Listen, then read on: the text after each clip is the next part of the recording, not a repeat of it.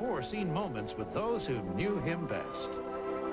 Melissa Gilbert, Merlin Olsen, Dick Van Dyke, Richard Mulligan, and more, along with the people he treasured most, his family. Tonight, we celebrate the life of that friend, Michael Landon.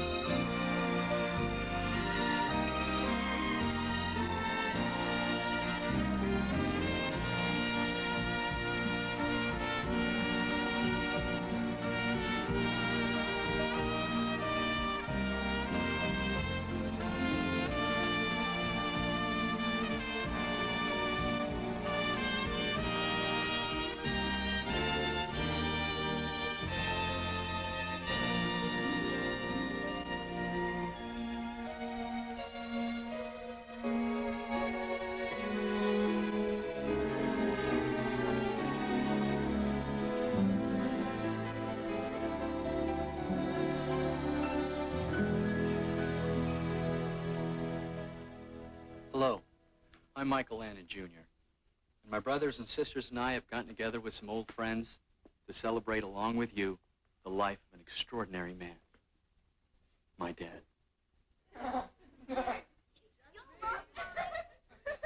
That's my sister Shauna. And that's Mark chomping on a burger. That's little Jennifer. And Chris.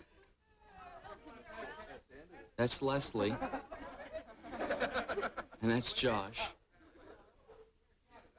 That's Cheryl. And, of course, that's me. Did you ever sneak up on any of you when you were supposed to be studying and you weren't studying? No, we always study, Mark. Only you, Mark. Tell us about that. Well, one time I was 10 years old. I was supposed to do my math, right? And I wasn't very good at it back then. I was trying to get the answer. And I couldn't get it. So I started praying, went, God, please give me the answer. Please, give me the answer. And suddenly I hear this voice. I'll give you the answer. Get that? I went, if you finish your lamb chops, next time Mom makes them for you. And I turned around. But he really had me I was a weird feeling because he changed his voice. Yeah. And it didn't sound like him. Me and Sean were being really bad at this night. What were you doing? So, Dad pulled down her pants, and he was going to spank us. So I just sat there, because I knew it was going to get over sooner or later. And I knew he wasn't going to spank us, because Sean was just going to start crying. Go, Daddy, don't. So I'm just sitting there smiling. My son starts crying. He goes, Daddy, don't. He goes, okay, give him one more chance. So what about you? Did he give you a chance too? Yes. No, Dad would hit the head like that. Yeah. Just smack it like He that. just go like this. Or if Chris and I were fighting, he'd bang our heads together. He just Knock it off. Boom. I'll never forget when he scared Shauna. When we were up on location. With the Shauna was she was just a tiny little one. And they were doing a sequence where there was a bear, and Dad put the bear costume on and went over and got right behind Shauna. And when she turned around, you should have seen her expression. She was like that life was over. Oh, my He God. grabbed a hold of her, and she really freaked out until Dad pulled the bear hat off, and you lit up like a light. Yeah. You were just, so cute. What about the time when it was Halloween and Dad wanted to go get some food at Carlos and Pepe's? And he put his amazing, do you remember this, Dad? And he put on his amazing man outfit, like the Superman outfit with the cape. Oh So my we go in, God. and he's got, the big yellow cape. He's got like that special shoulder thing that makes, he looks like bigger. So then he comes in, and then he put his hands and said, "I'm here to pick up my order." And then there were some people. There were a lot of people in there. He's got the cape there, and we're standing next to him. We're like, we're not related to this man. That's true. We didn't want to be related to him. With the hips. Yeah, looking around. Hey, John! Come here!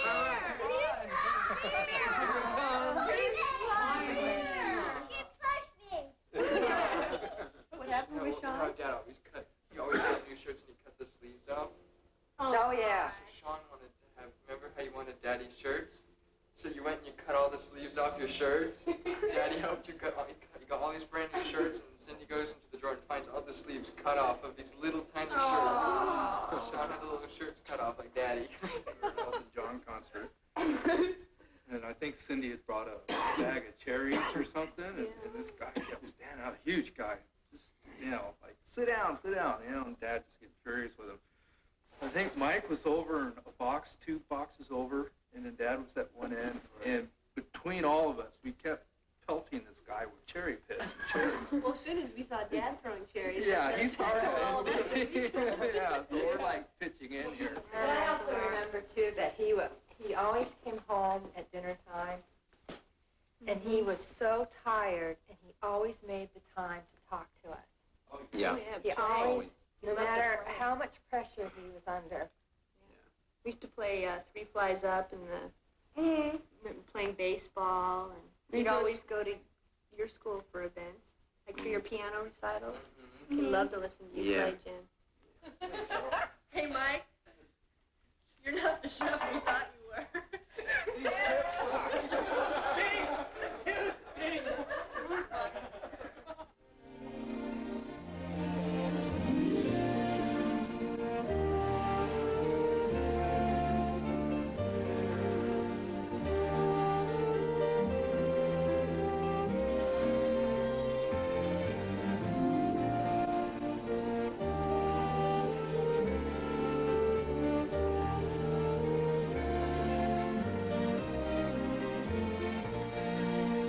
My dad was born Eugene Orowitz in 1936 in Forest Hills, New York. But the family soon moved to Collingswood, New Jersey.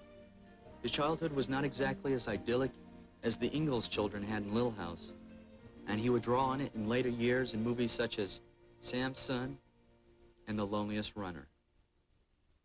2, 4, 6, 8. Who do we appreciate? Ram, ram, yeah. 2, 4, 6, 8. Who do we appreciate? Ram, yeah. 2, 4, 6, 8. Who do we appreciate?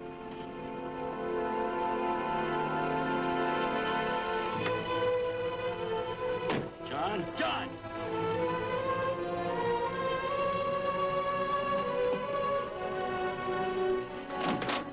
Why did you lie? Huh? You told me you stopped. Now, why did you have to lie about it? Answer me! I don't know. Well, you think of one. I want an answer now. I just don't know. You don't know? Well, you better think of something. You better think of it fast, because I've been real easy on you, and I'm not going to do it anymore, you hear? Now, what your mother did today was right, and I'm going to see she keeps on doing it until you stop. You hear me? Till you stop. I'm talking to you. Do you hear me?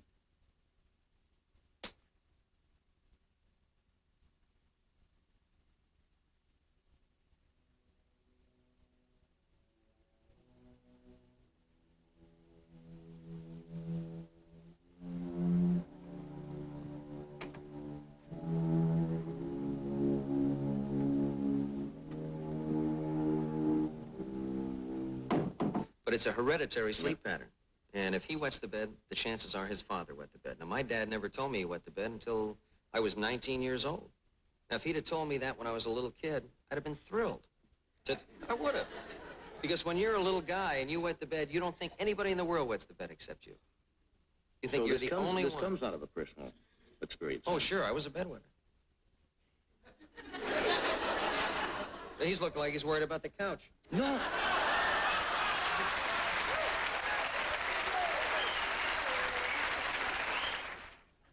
Well, Horowitz, I'm glad you could find the time to join us. All right.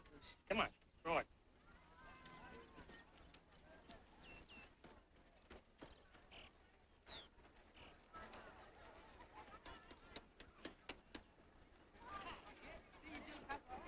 Hey, Horowitz! Come on! We haven't got all day.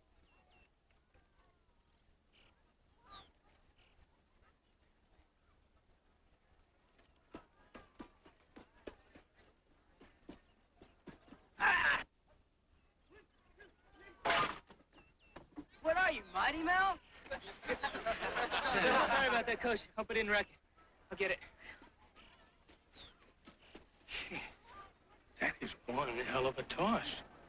Your new movie, Samson, it's kind of based loosely or quite a bit on your own life? Very much on my own life. I had this weird thing when I was a kid that the longer my hair got, the stronger I got. I thought Because that of I was Samson Samson. or something? Yeah. We plucked the 2 prime feathers from the tip of one wing. And the mighty eagle can no longer fly. The mark of his power is gone. The mark of his power. Samson. This is the mark of your power. It's your hair. If it were shorn from your head. I'd be as weak as any other man. You believe it? What? The movie, Samson. It's hard to believe in a movie about Jews when all the parts are played by Gentiles. You know what I mean. Do you believe all that about Samson? About him getting his strength from his hair? It's in the Old Testament. It must be true. I wish he were around today. He'd make a great usher. I came out to California when I was 17 years old. I had a scholarship at the University of Southern California. I was a javelin thrower, and I really felt that the rest of my life was planned. I'd spend 4 years in college and then join the service and throw the javelin in the service, maybe win the Olympics. And then I hurt my arm, and I had kind of a bad time at the school after that because I couldn't compete, and I wasn't treated quite as well as I thought I should be, and I finally quit school and got a job in a warehouse. And while I was working there, a fellow I was unloading freight cars with had a scene to do at a studio. And I thought, why not? I'll give it a shot. And it was a scene from Home of the Brave, and he gave me the part of the young Jewish soldier. It was the really emotional part in the show because he was kind of afraid of it. And it was the first time I'd ever tried anything like that, and I suddenly realized that it was a great release for me. I could cry when I was someone else and get a lot of things out of my system that I couldn't get out on my own. And one of the things I found out pretty early was that wanting to be an actor and getting a job were 2 entirely different things. I spent a lot of time in parking lots waiting for producers and agents to come out of their office because if you don't have an agent, you're not a member of SAG, you can't get an appointment a lot of times. So I'd wait for them in a parking lot and do the buck and wing and whistle through my teeth and audition for them on the way to their cars. And finally, a gentleman named Jerry Stagg gave me my first chance. I had the lead on a show called Telephone Time.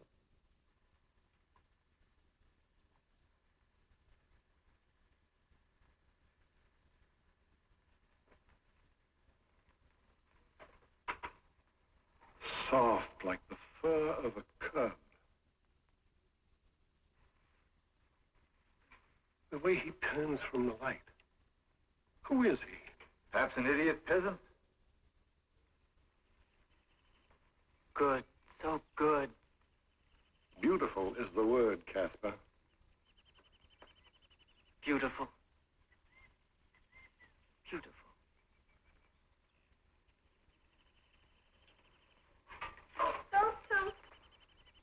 Little person. Little. That is a child. Child. We were all little children once, like her. Casper. Yes, even you. No. Of course. Because in your darkness, how could you know that your body was growing? With what could you compare yourself? That is a flower, a rose. A rose. Beautiful. That is a thorn. Often with beauty, there is a little pain. From Decatur, Illinois, Kid Lombard. Come on, Kid. One, two, three, 4, 5, 6, 7, 8, 9, 10. Hey, Jeff, where you been? I've been looking all over for you. Some people are waiting outside. They're going to throw a big party for you.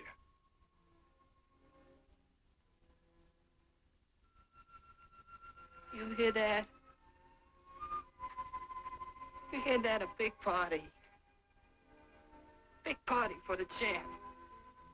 You come too, sis. No, kid. Tonight is your night.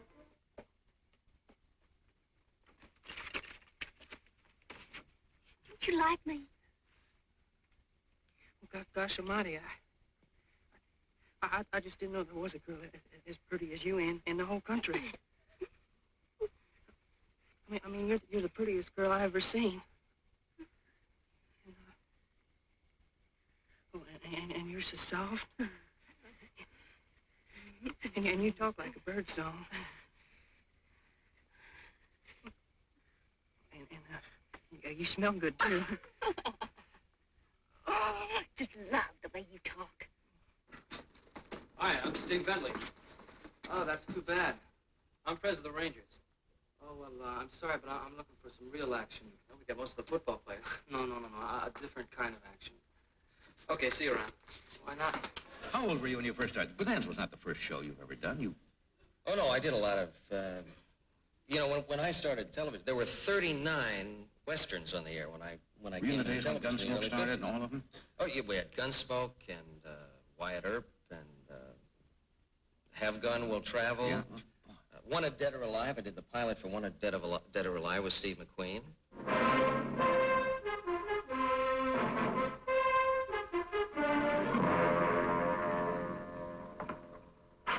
Come on in. Don't be bashful. Shut the door.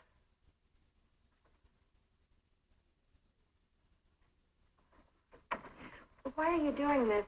All he wants is something to eat. Sorry coming up, Randall. I didn't make a secret of it. Do you know him? He's the guy that shot me. No. Look, I didn't do a very good job. You see, he admits it. Tell her why. Shut up. Tell her. Now, you and your brother cut a man in half. I told you to shut up. These guys used to live this stuff. Used to live it. Right.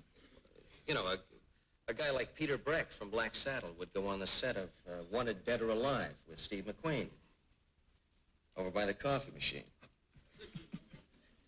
They tell me you're pretty fast.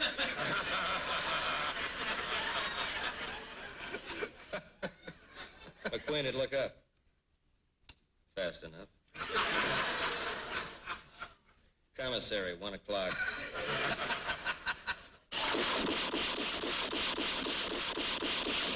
The Rifleman. Get inside, Mark. Go on, son. You know what's wrong with you? You want to quit that bunch, but you're afraid to admit it to yourself. You know why? Because you've had a taste of regular life and you like it. You met a girl you might be in love with. And you've probably even got a notion about settling down. Stuff is for fools, not for me. Well, even if I wanted to settle down, and I'm not saying that I do, what could I do about it? That's easy, son. When they come for you, just tell them you're through. That's easy. You don't know my brother. Did you ever make a pilot for television that was a real stinker? Oh, I mean, a bomb. I've never talked about it. I'm so glad you asked. You made a show that you thought was great. I made a show years ago before Bonanza. It was a half-hour show, and I played a character named Johnny Risk. Johnny Risk? That's a typical television name. Wait till they get a load of me. Did this ever see the light of television at all? No.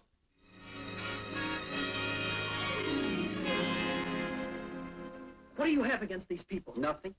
They merely have property that we should have had in the first place. And they worked hard for it. They've got freezing temperatures, hunger, wild animals. They've got wives and children. Well, what about the rest of us? We've gone through a lot up in this miserable country. Anyway, please, spare me the sermon. You talk to me about sermons.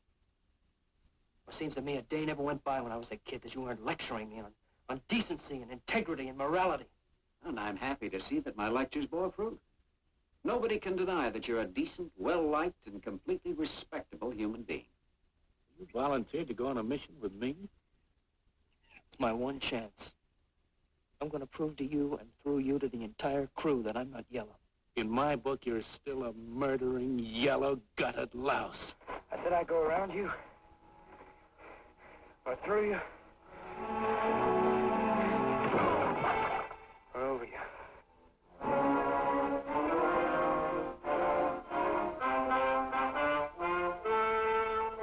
Look, Doc, I don't want to do this, but either you take care of that boy, or so help me God, I'm going to kill you. Help me, Doctor, please! I know they're going to catch me, but don't let anyone see me like that. Please, Doctor, help me! Michael Landon in a powerful performance as the boy possessed. Remember how wonderful it was when you sprang and suddenly dug in with your fangs, a soft throat, a gush of warm blood? No! No! Nothing you've ever seen has such blood-chilling savagery. Nothing you've ever conceived packs such a spine-tingling jolt.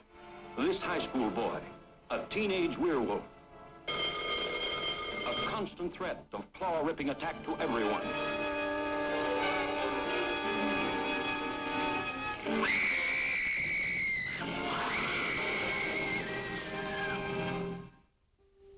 That string of parts was about to lead into the part that would make my father famous, Little Joe in Bonanza. And by the time his career was over, he had written 107 hours, directed 208, produced 330, and starred in over 800 hours of television productions. Yep, that's a fact. The Michael Landon tribute will continue with David Canary.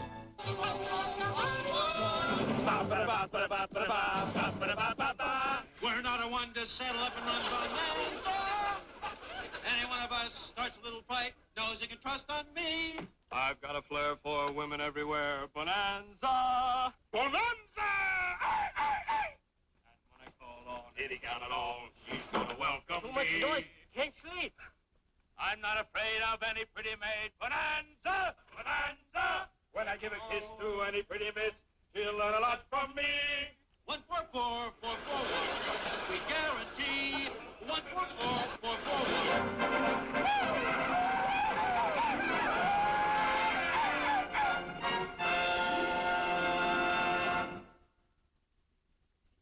Hi, I'm David Canary. For 6 years, the Ponderosa was home to me when I played Candy, the foreman on the Cartwright Ranch.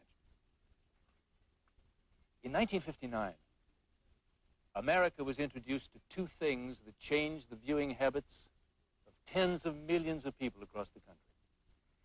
The first was the advent of color television. The second was a program called Bonanza. One wouldn't have existed without the other. Well, I think the early days of Bonanza, it's a known fact, NBC wanted to show in color. RCA wanted to show in color, I should say. And NBC was the only show on NBC that was in color. And we spent hours lighting every scene. We had 15, 16 electricians every day to make sure the color balance was correct.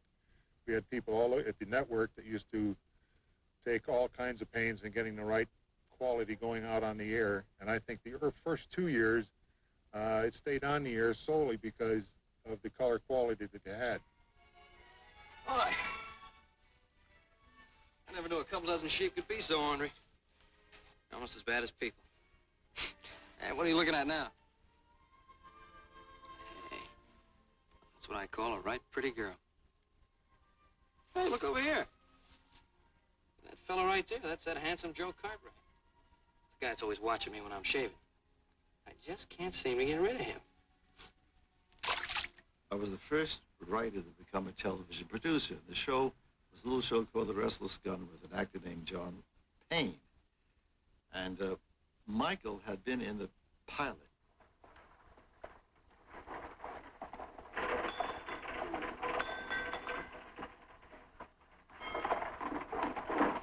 Look what just rode into town. While I was doing that, I got the idea for Bonanza. I called Michael. He came in, and there he was. You know, the first time I really had met him in the flesh. He was a most attractive young man. We got a little game we like to play with strangers that come into town. Oh? Yeah. You see, you and me drawing each other. And the man that draws the fastest gets to shoot a cartridge off the other man's head at 50 paces. That sounds a mite dangerous. Oh, you mean you don't want to play?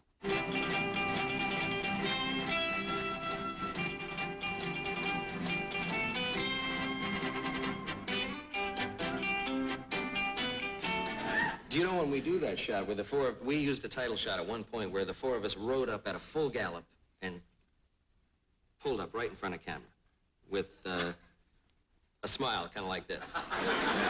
Little macho type of head there. Right. And that smile meant, oh, What's the matter with you? Haven't you ever seen a lady before? No, ma'am. I mean, not such a pretty one. Not in a long time.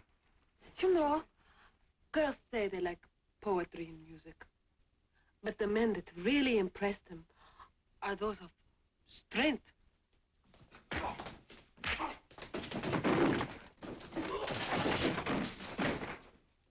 Of courage. I'm gonna take this gun, I'm gonna walk through that barricade, and I'm gonna walk down that street up to that mesa, and I'm gonna kill as many of Matthew's men as I can before they kill me. Of physical action.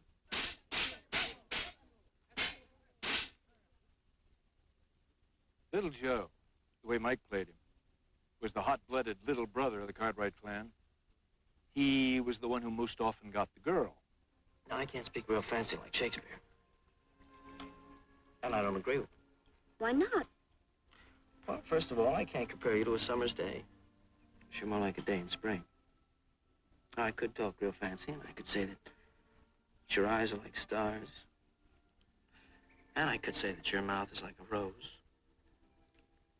When I look at you, I just can't think of anything to say. Am I beautiful? You're very beautiful.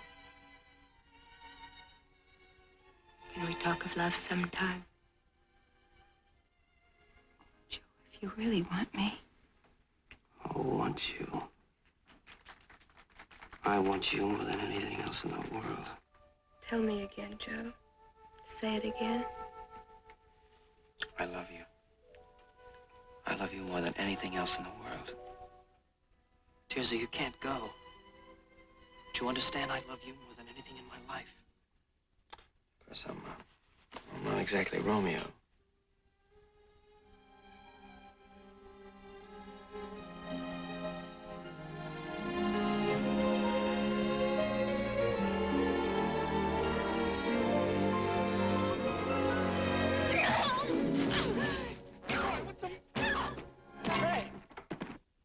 You brute! Bully! Why, you mealy-mouthed, apple-headed, mangy renegade cousin to a second low! Come on. Come on, get... Come on!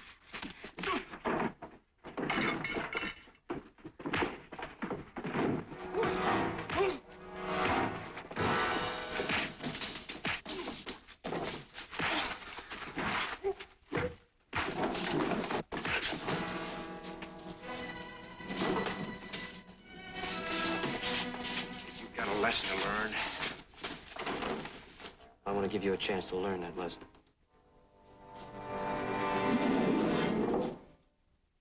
Just leave that stand there. It has a very important beer glass. That beer glass is you. questions me. You know, the idea is to see if you can spill my beer before I spill yours. Anytime you're ready, loudmouth.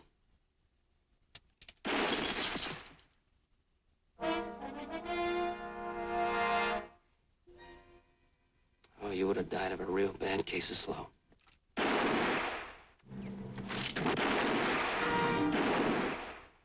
Don't you turn away from me, Cartwright!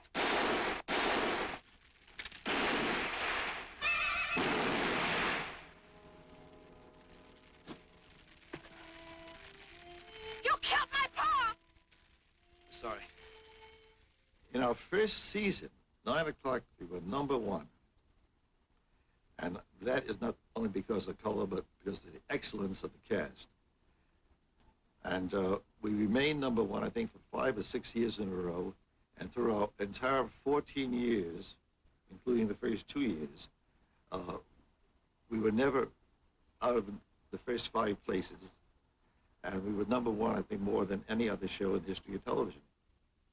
Joseph, you do me a birthday favor? Why, you just name it, Bob. I'd like to hear one of my favorite songs, Shenandoah. Here goes. Oh, Shenandoah, I long to hear you away, you rolling river. Oh, Shenandoah, I long to hear you away. I'm bound away across the wide Missouri.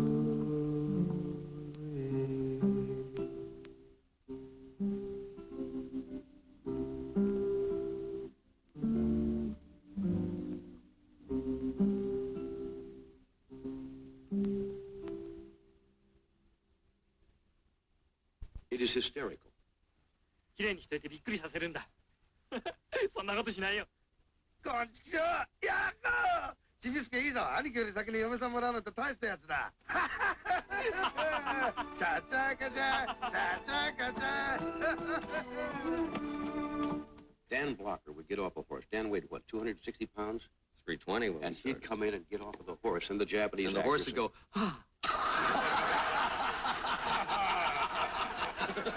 Then this big Dan Blocker, you'd hear, yeah,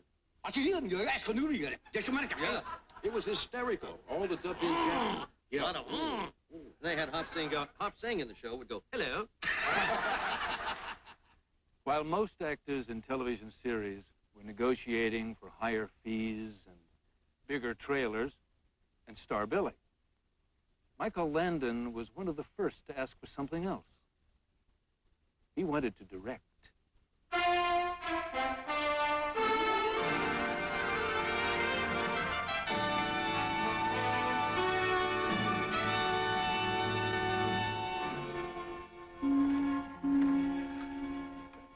Morning, boys. Beautiful morning. Oh, you're awful quiet this morning. I figured you'd be happy to see me. You're insane, Postley. You know that, don't you? You're insane, and you're trying to drive us insane. It won't work. I feel sorry for you, John. You're down there, and I'm up here. And you feel sorry for me. I'm free to go any place I want to. No, you're not. You can't get away from here. You gotta keep coming back day after day, week after week. You're just as much a prisoner as we are. You'll never be free. There was a scene that I was delighted that he wrote for me, in which Candy finally becomes unhinged in his prison, and James Whitmore, the heavy, tosses down dynamite.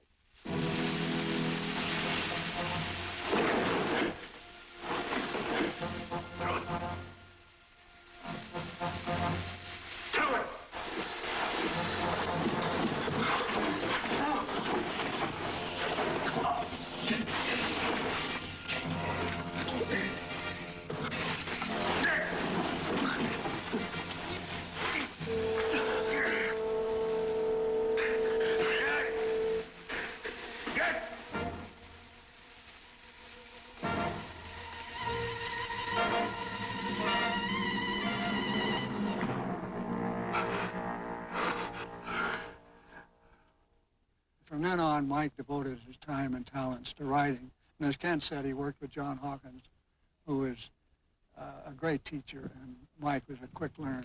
I started out by saying that Mike was a brat. And after directing him in 63 Bonanzas, and then working for him as a director for 68 Little Houses and 22 Father Murphys, I found that one of the best, finest friends I'd ever had, the most talented people. My great delight and surprise was at his naturalness, his ease, his understanding of so many aspects of things, and his great capacity not to let his own celebrity get in the way of what he was trying to do.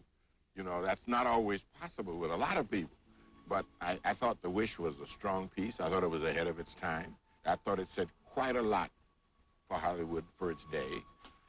Jesse, you get that wagon and start loading.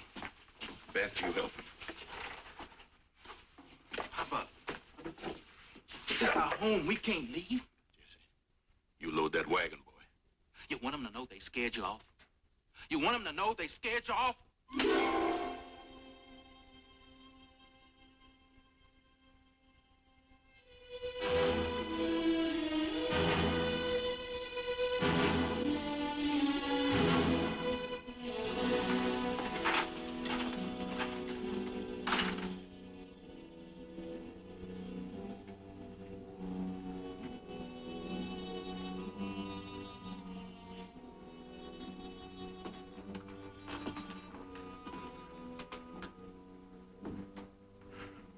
So you're just gonna run, huh?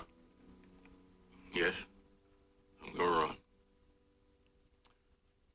You're the fella that was telling me how hard you worked to be a free man.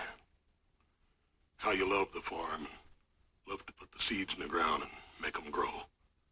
You're gonna give all that up, huh? That's right. I thought you was a better man than that, Sam. I'm not just a man, I'm a black man. And don't you go thinking you know how I feel unless you're black, too. I love this farm. But I love my children more. I can plant corn again and make it grow. I can plant beans and make them grow. But I can't make my children grow again if they're dead. And that's why we're moving out of here.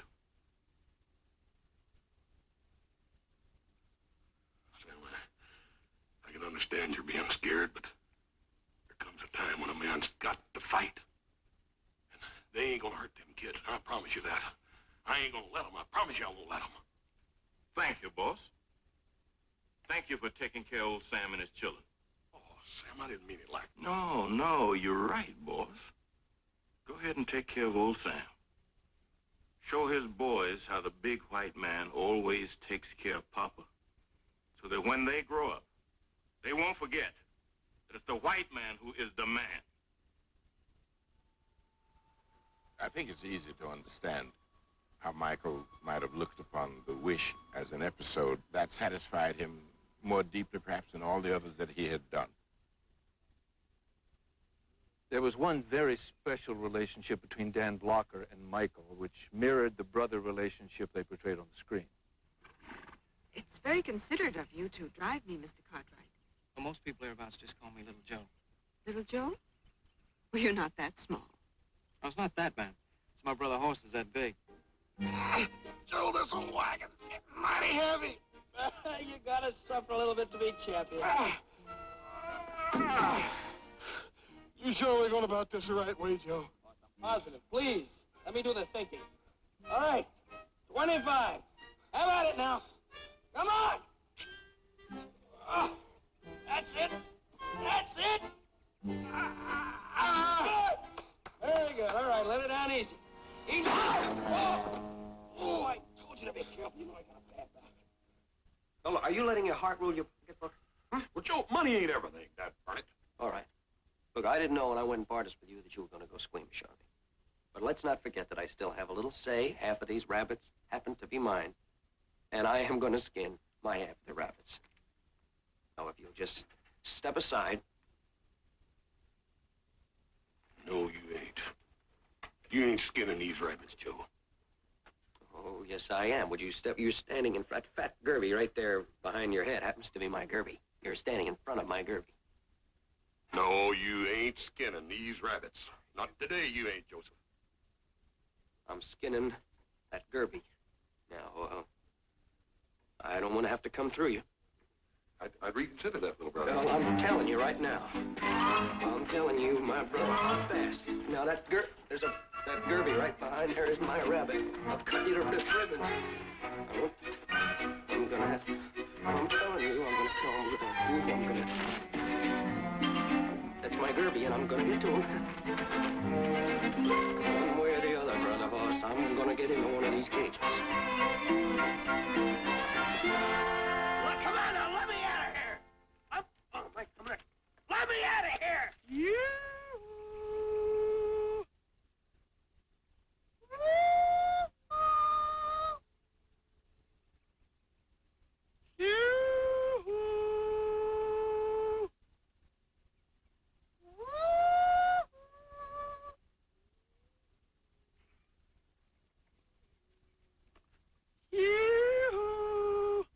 Where are you? I'm over here. Now, don't you run away. Oh, I won't. Pa sent me to bring you home to supper. Burn it. Dad, burn your ornery hide, little brother. Wait till I get my hand.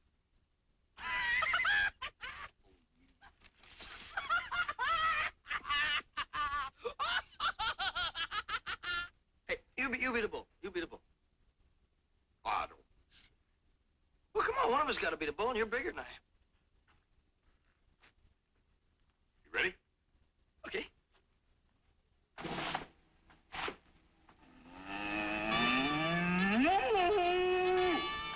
Hey, bully. Hey, bully. Hey, bully. Hey, bully. Hey, bully. Hey, Hoss. Hey, Hoss. Hey, Hoss.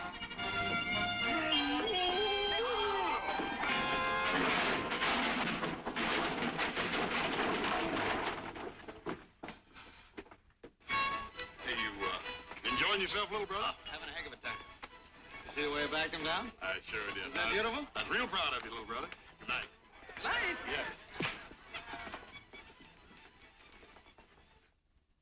When Dan passed away, Michael wrote a tribute episode called Forever. So beautiful. That's my favorite place. Brother Hoss and I used to come here when we were kids.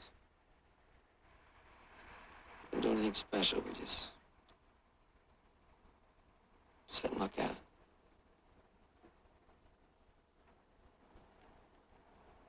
Used to call it our happy place.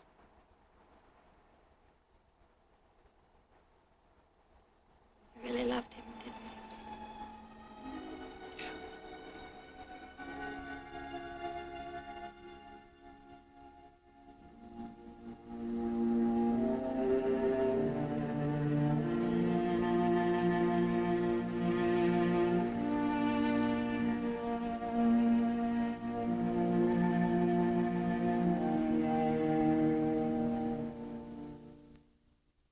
Our tribute. From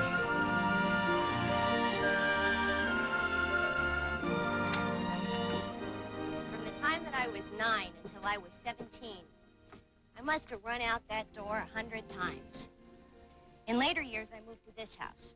I no longer ran out the door, for childhood had given way to young adulthood, and I had a child of my own.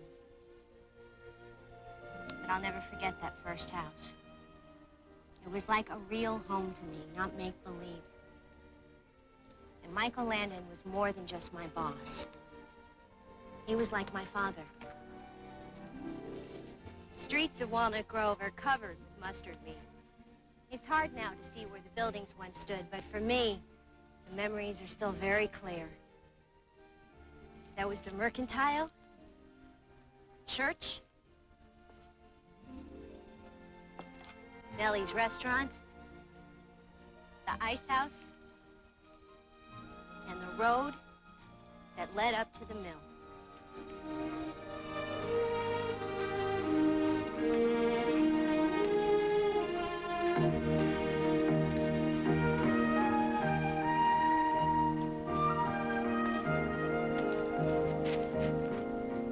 I can remember Pa and Mr. Hanson and how they walked and looked and talked.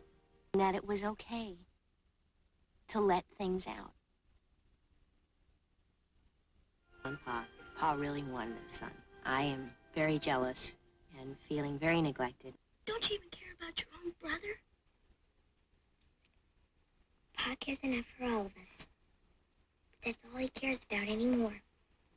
I don't pray for him to get well, and he dies. And I climb a mountain looking for God to ask him to take me and give Pa back his son. And that's natural and so real. And I remember feeling really loved. It was the two shows where I went blind, and I remember thinking the season before, I think it was at the wrap party, the season before, and I actually was a nervous wreck, and I went up to him thinking that you're writing me out, why are you doing this to me, you know, and he said, it'll be great. Missy, this is going to be great, you know, trust me. And I was about 9 or 10, and I played a dying girl. I had plague, and my dad played the part of Mr. Ingalls, and he came in to talk to me, and I was the neighbor child.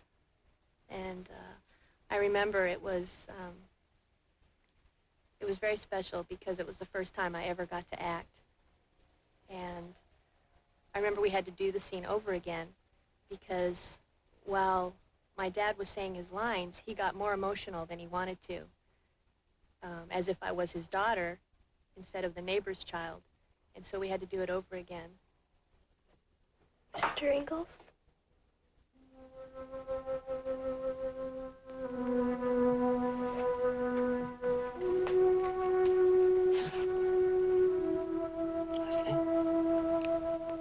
My mom and Pa all right?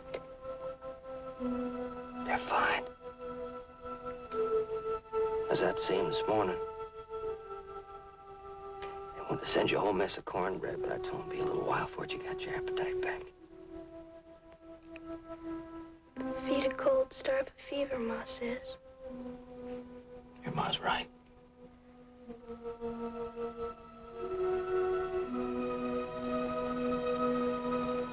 I wonder if I'm gonna die. You're gonna be just fine. I'm not scared. I know I'll go to heaven, especially when you die in church. No more talk of dying, all right? Just get some sleep. All right. And I remember driving back in the car with him after a day's work and just feeling so proud. I think that was probably my most special memory of working with Dad. We started a pilot program back east. And after I initiated the program, I came back and wrote a 2-hour show with Matthew Laberto, who played Albert on the show. He was a wonderful young actor. Because I wanted to do a show to try to reach children, young kids, when you can still get something accomplished.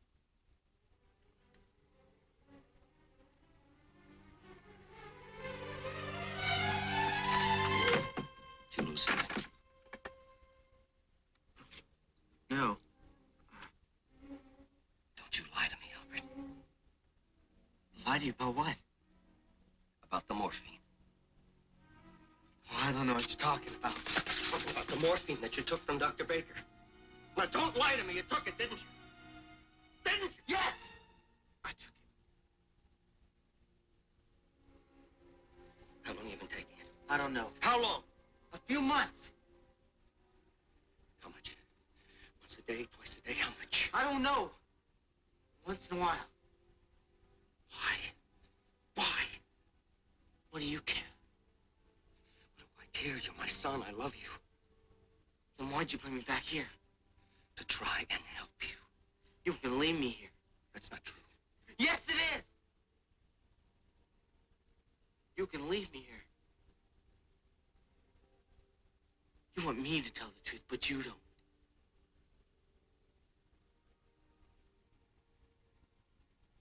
All right.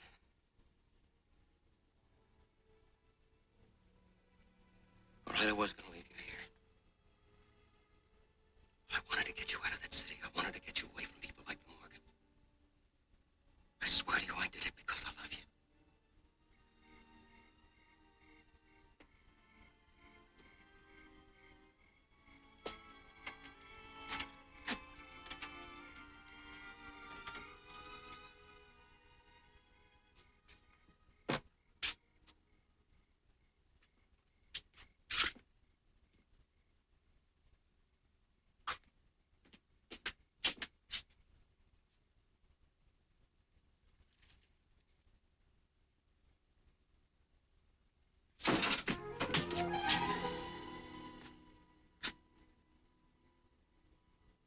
No more running, son. No more.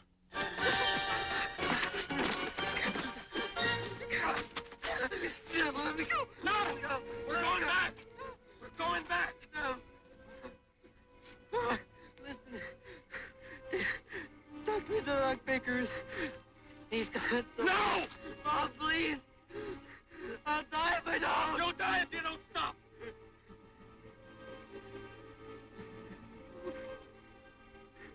Why are you doing this to me? I didn't do this to you. You did.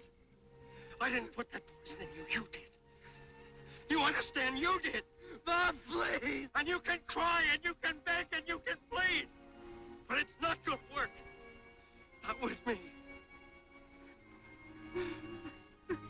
Not with me.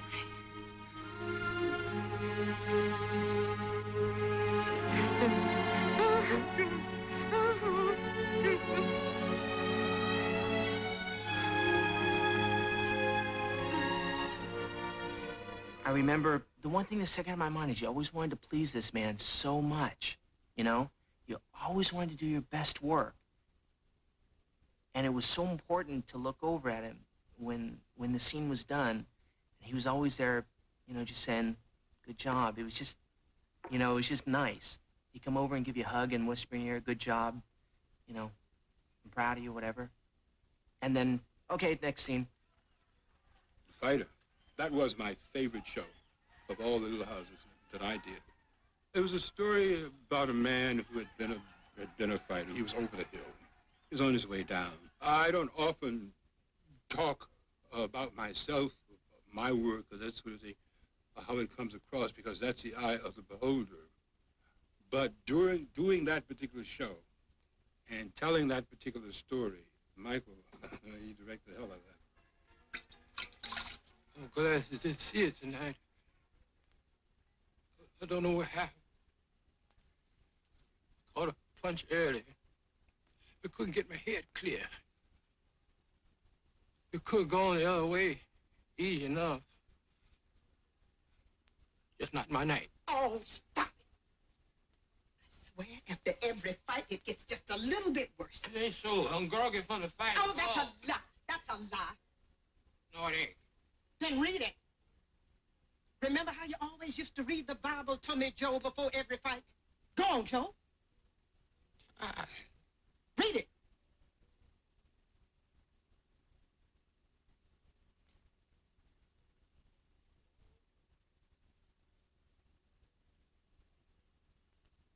The thought of death accomplished me. The pains of hell got hold on me. I found sorrow and trouble. Then I called upon Jane. I can't understand me. I can't. It's all right. It's all right. You know I didn't want to hurt you. But you got to stop now. You can't go on fighting.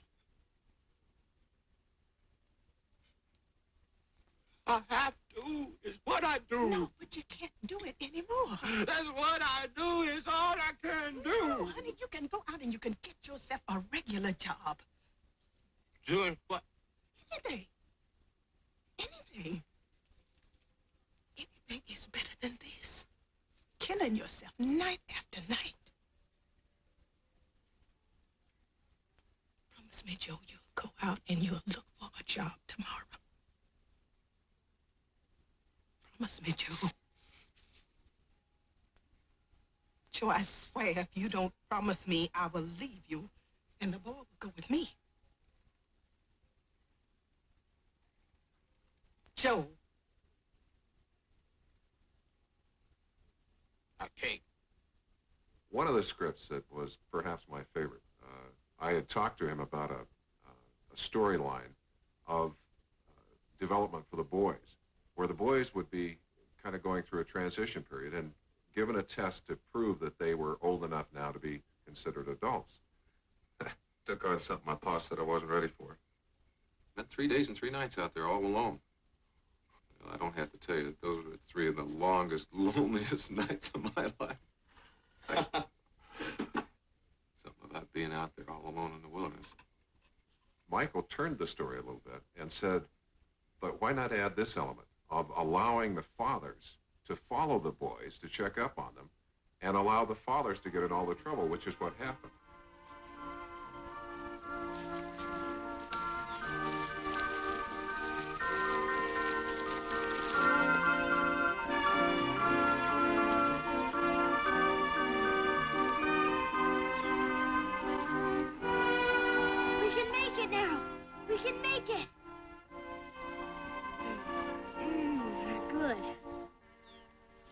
Let's go.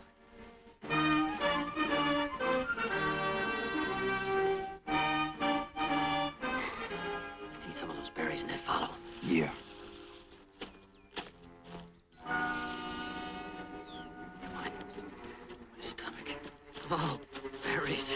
Berries. Them two didn't leave much, did they?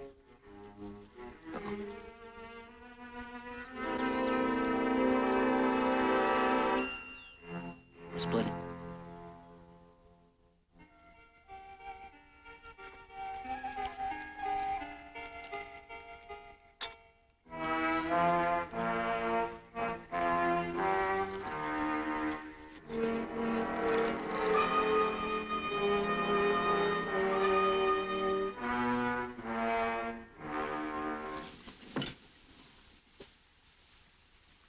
Can you believe it? Why, they're 2 little men. Hungry ones, too. Yep, there's hungry, all right. And would you like a little dessert?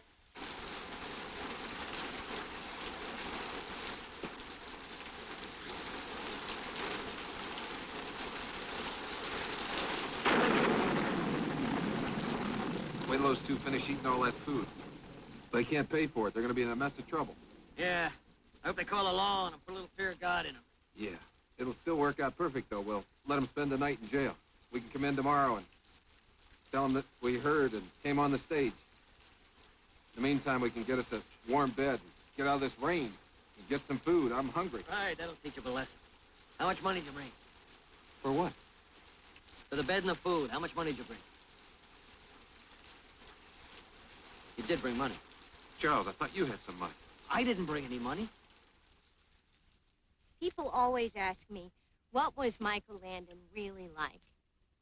The first thing that comes to mind is his incredible sense of humor. Mike loved to make people laugh.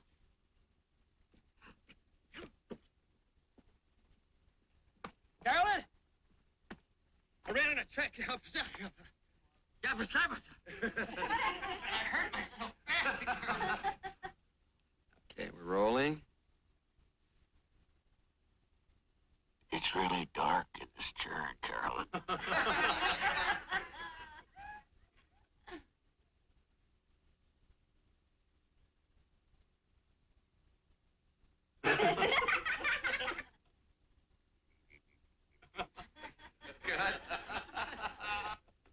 Patrick, you've got to eat something. My name is Andrew. You're right, Andrew. You're burning up. hand is like ice. We're all sick, Charles. Take an enema.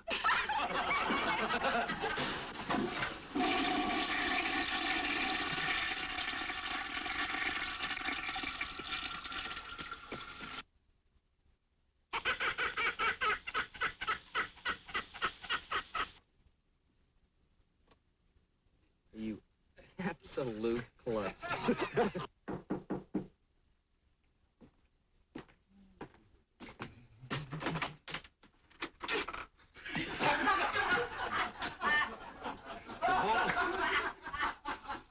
You went that bad, Joe?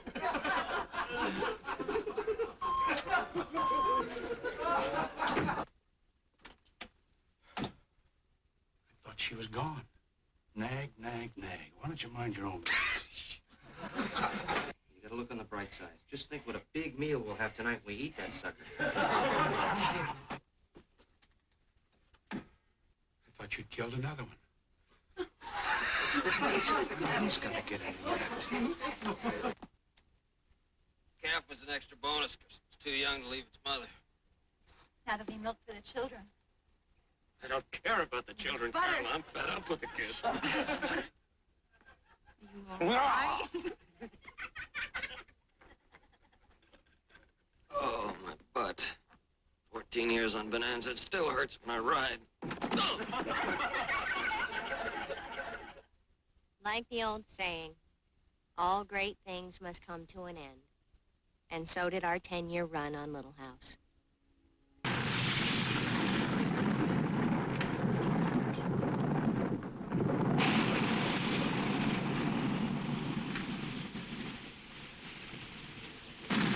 When it was all over, when all of the buildings, which had become a second home, not only to me, but to millions of fans all over the world, were gone.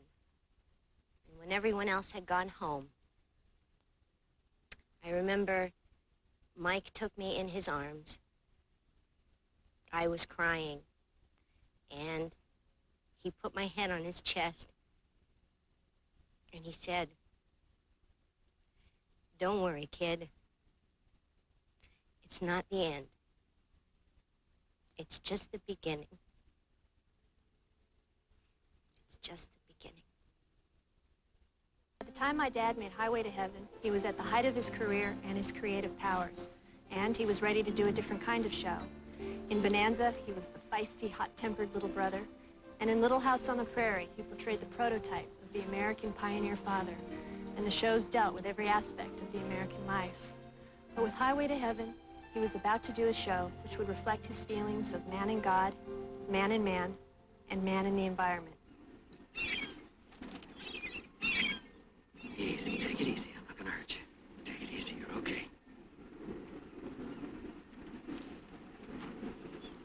What's wrong with him? Doesn't look like he got hung up in telephone wires or anything. No, something else is happening here.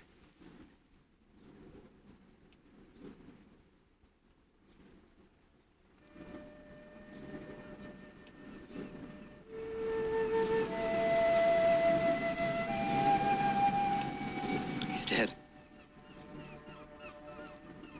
I bet you're wondering who I am and what I'm doing here. You're wondering that, aren't you?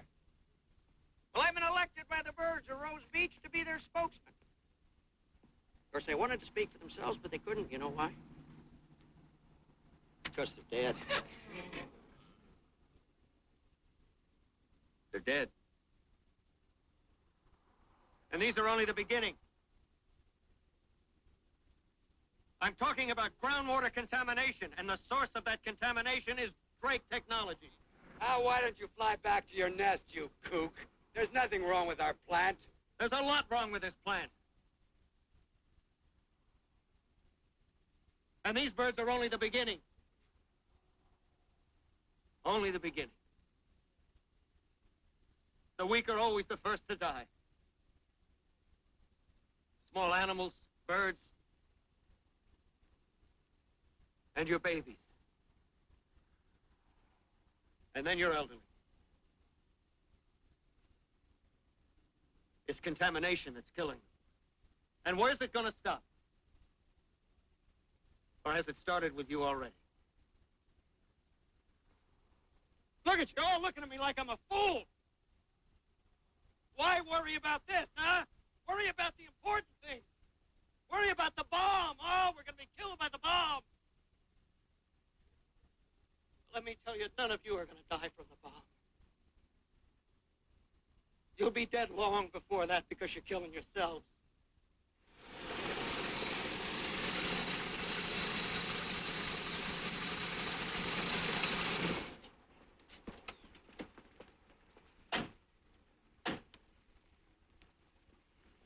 Hey, friend. Yeah? You parked in the handicap zone. So what? So it's there for a reason. Look, mister, it really isn't any of your business where I park. No, well, I think it is my business if you're breaking the law. Well, maybe you want to make me move my car. Come on, dude. No. Anybody in here own that blue Chevrolet parked out front? Yeah, I do. Why? You better see for yourself, pal.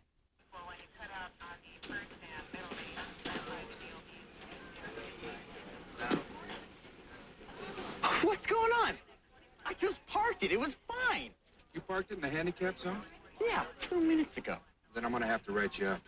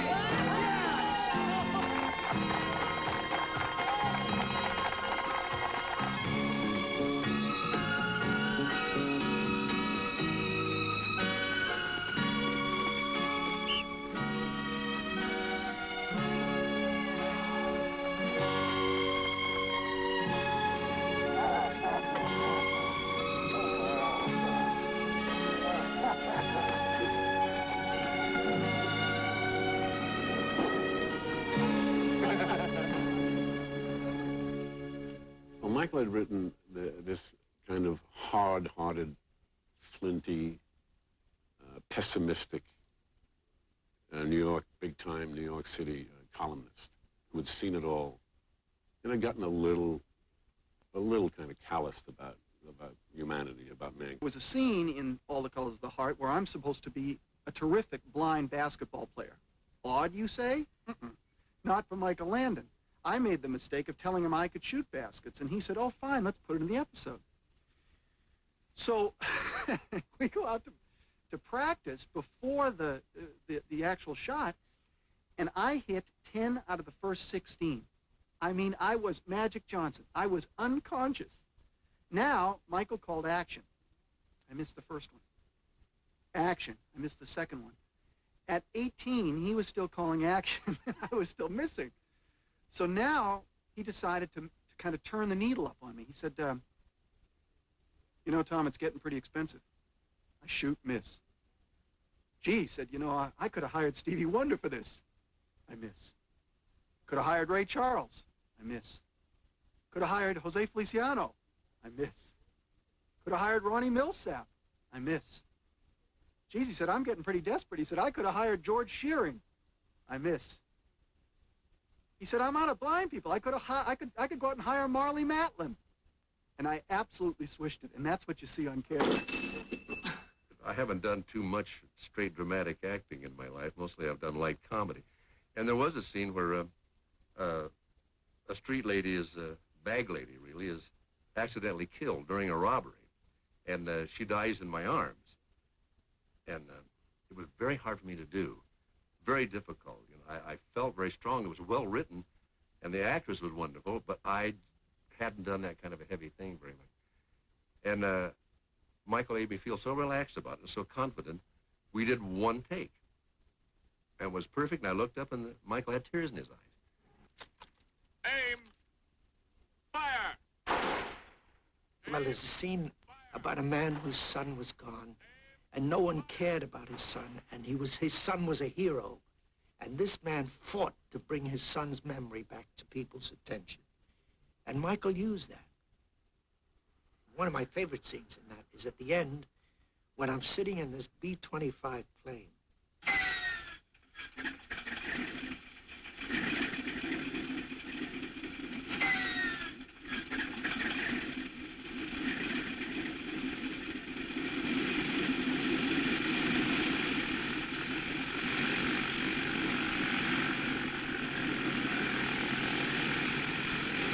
Son, How you doing, Tim?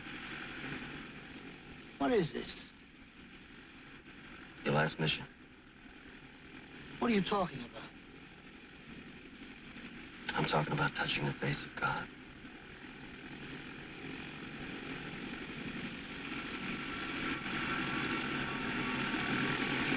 You mean that I...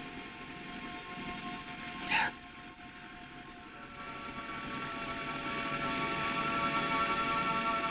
That there is something. There is. You bet there is. Come on, let's go. Check.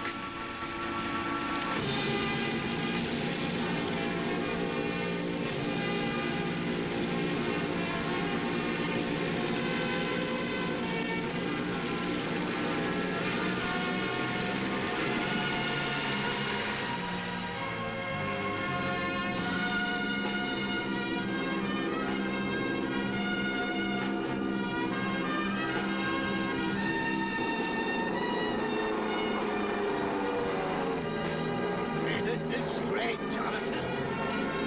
This old plane never handled like this. I mean, this old crater...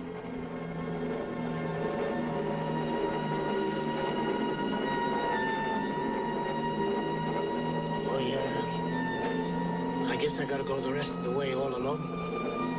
What are you talking about alone?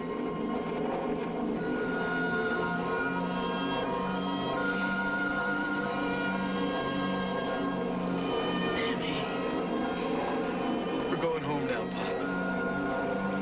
We're going home.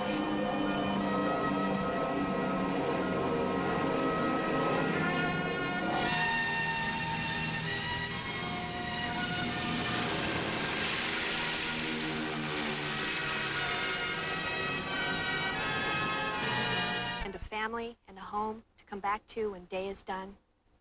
These were the themes not only of my father's work, but of his life. You know, people and pigeons are curiously much alike. That is to say, the lovely birds have those qualities of fidelity, affection and love, courage, determination and pride, which are qualities humans may boast of when they are at their best. If they display jealousy and pettishness, quarrelsome moments and gluttony, they should be forgiven, for their sins are small. Indeed, we humans should be forgiven as well.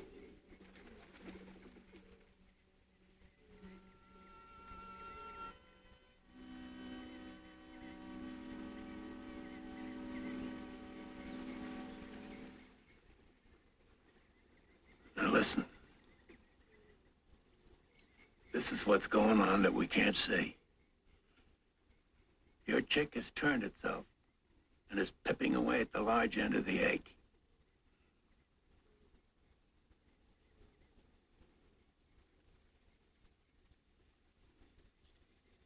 Be born soon, Doc. Be born soon? Very soon.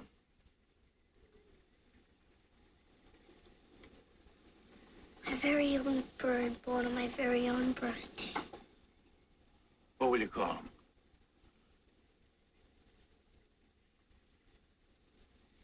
Dickens. The last day of filming. And that night, Michael wrote me a beautiful letter.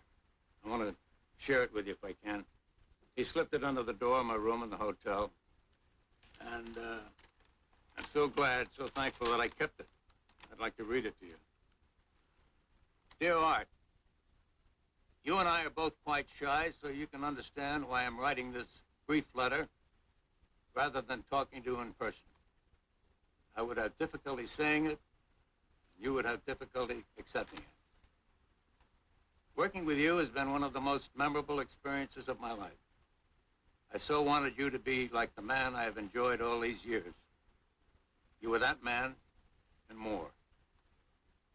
An amazingly honest actor and a joy to be with every moment.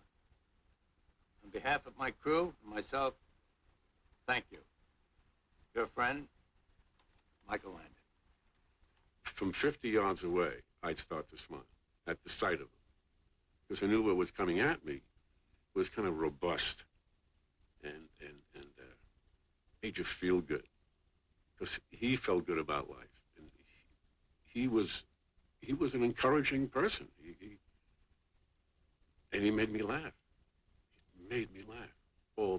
Smile and laugh all the time. I think one of the things that separated Michael from a lot of other people was his courage. He chose a very difficult tack professionally. Family shows, family programming, that's a tough way to make a living. You could always count on Michael, you know? You knew that if you were there for him, then he was going to be there for you. 100%. I think Michael had within him the kind of heart and mind and spirit that was tapped in directly to what the majority of us feel as human beings every day. Did anybody talk about his ears? He heard everything. No one on that set could be within 30 feet saying something if they didn't want Mike to hear it. The most remarkable thing to me about Michael was he seemed to be without fear of anything or anyone. Most fear comes from, I guess, from doubts about ourselves. He seemed to have none of those. He seemed to be willing to stand up to anybody and everybody. As a matter of fact, seemed to sort of enjoy it. And loved to win an argument. But he had the stuff to back it up. Generally, people would maybe try to fight him for a while, but finally give in and say, well, Mike, you're probably right anyway. Michael Landon never backed off his convictions about the American family and the relevance of the American family in our society. And at a time when we've become a little bit cynical about the place of the American family in society, the nation is crying out for the continuation of the Michael Landon legacy. And for those of us who were privileged enough to be touched by Michael, if you're listening, Mike, we guarantee that we're going to keep trying. Hello, I'm Cindy Landon. From the time my husband was diagnosed, we have received hundreds of thousands of cards and letters from people all over the world, from all walks of life, all of whom had one thing in common, a love for a man they had never met. I'd like to thank all of you for your love and support and all of your thoughts and prayers. It meant so much to my husband and all of his family, knowing so many people were reaching out with genuine love and concern. My father left us with a legacy we'll be able to cherish from one generation to the next. His shows touched our hearts, our souls, and our minds. He helped teach us the value of life and the importance of family. You know, my father always wanted to make this world a better place. He did.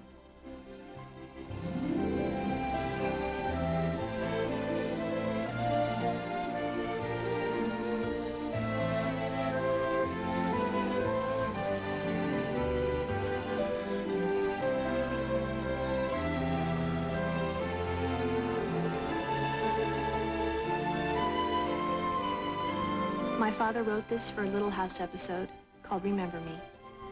Remember me with smiles and laughter, for that's how I'll remember you all. If you can only remember me with tears, then don't remember me at all. Coming up next,